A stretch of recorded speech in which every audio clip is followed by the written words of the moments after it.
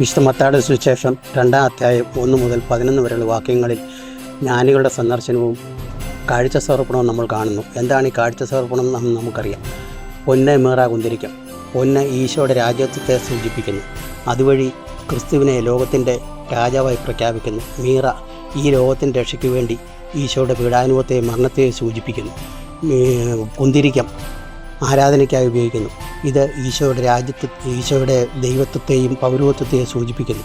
ചുരുക്കത്തിൽ ജ്ഞാനികളുടെ കാഴ്ച സമർപ്പണം വഴി ഈശോയെ തങ്ങളുടെ രാജാവും ദൈവവും രക്ഷകനുമായി പ്രഖ്യാപിക്കുന്നു.